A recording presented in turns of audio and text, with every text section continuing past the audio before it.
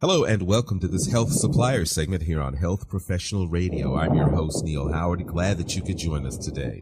Our guest is Mr. Jacques Souquet. He's the founder of SuperSonic Imagine, and he's here today on the program to talk about the impact that AI is having on the radiology space. Welcome to the program. Yes, thank you. Great. Well, give us a bit of background about yourself. Okay, I am an engineer, a physicist to start with. I got a PhD out of Stanford University in California, and I worked in the medical imaging arena all my life. Before creating SuperSonic Imagine, I was the CTO of Philips Healthcare, and based in Boston, and before that, I was a CTO of another company called ATL that Philips acquired, and ATL's based in the Seattle area.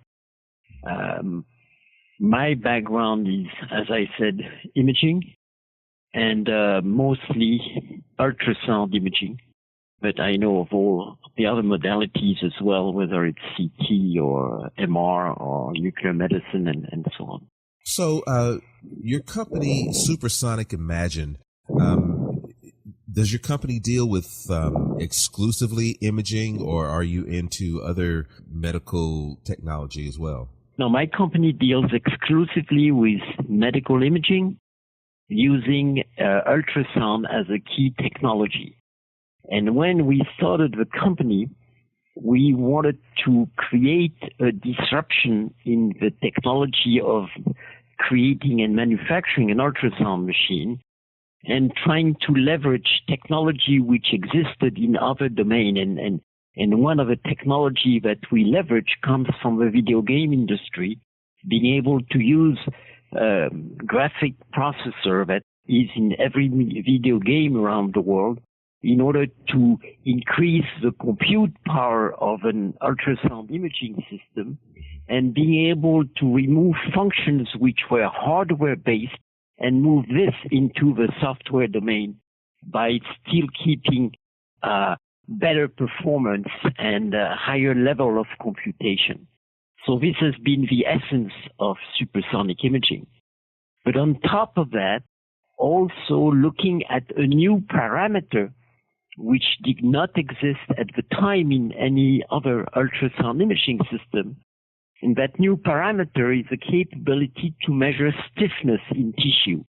When you go and see a doctor, the first thing that he or she does is palpate your body with his finger. And he does that to see if it hurts when he pushes too hard. But most importantly, he does that to see if he senses portion of his tissue that are stiffer than surrounding tissue, and this is always suspicious. Mm-hmm. And we've been able to develop that technique in a quantitative, reproducible, reliable way using ultrasound technology. So now, on top of the conventional morphological image that every ultrasound system provides, we also provide a new information on the stiffness of the tissue. And we looked at different clinical modalities, and the first clinical approach that we had relates to early breast cancer detection, where we did clinical trial to demonstrate the added clinical value of our new technology. And then we moved to liver disease and being able to address fibrosis assessment or NASH, fatty liver. So this is typically the essence in here. And in doing that, in leveraging the compute power of the graphics processor unit, we're capable of acquiring the data up to 20,000 frames per second.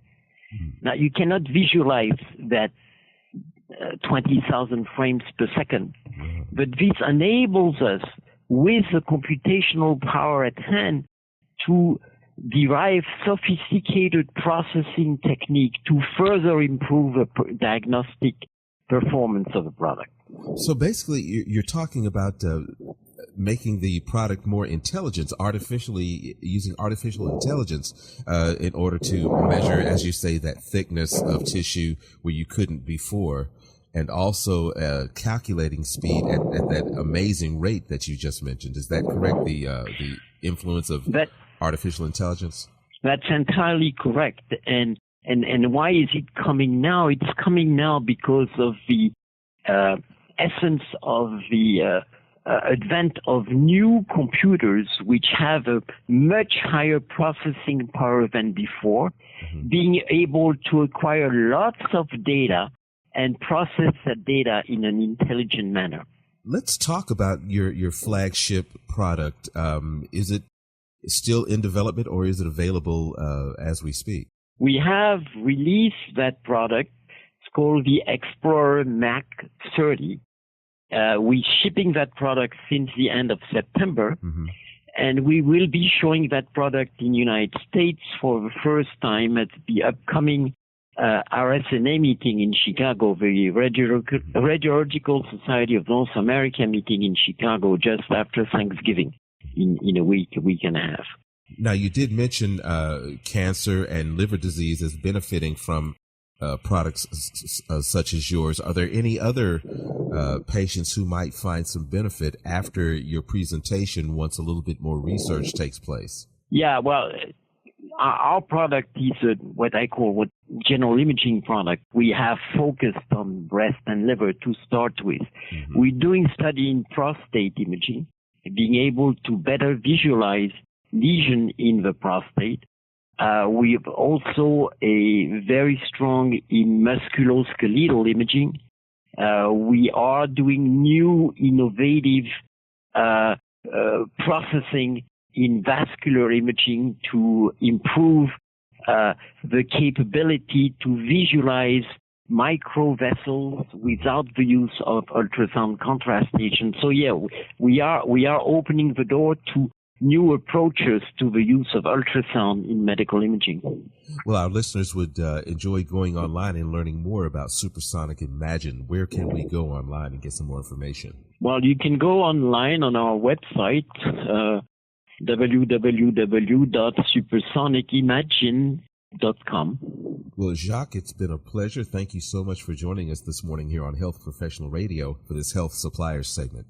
Thank you very much. You've been listening to Health Professional Radio. I'm your host, Neil Howard, on this Health Suppliers segment in conversation with Mr. Jacques Souquet, founder of SuperSonic Imagine. Transcripts and audio of this program are available at healthprofessionalradio.com.au and also at hpr.fm. You can subscribe to this podcast on iTunes, listen in, and download at SoundCloud. And be sure and visit our affiliates page at hpr.fm and healthprofessionalradio.com.au. Thank you for listening to Health Professional Radio. We're very proud to be an independent broadcaster providing our content free of charge to you, the listener. One of the ways that we're able to remain free and independent is by having people like you become patrons. You can support Health Professional Radio simply by visiting hpr.fm and clicking the button that says Become a Patron. Your patronage of even just $1 a month lets us know that you're there, which in turn makes us more valuable to advertisers. And, of course, if you're able to afford more, then we would certainly appreciate the support. My name is Toby Longhurst from Health Professional Radio. Please visit hpr.fm, click the Become a Patron button, and support us if you can.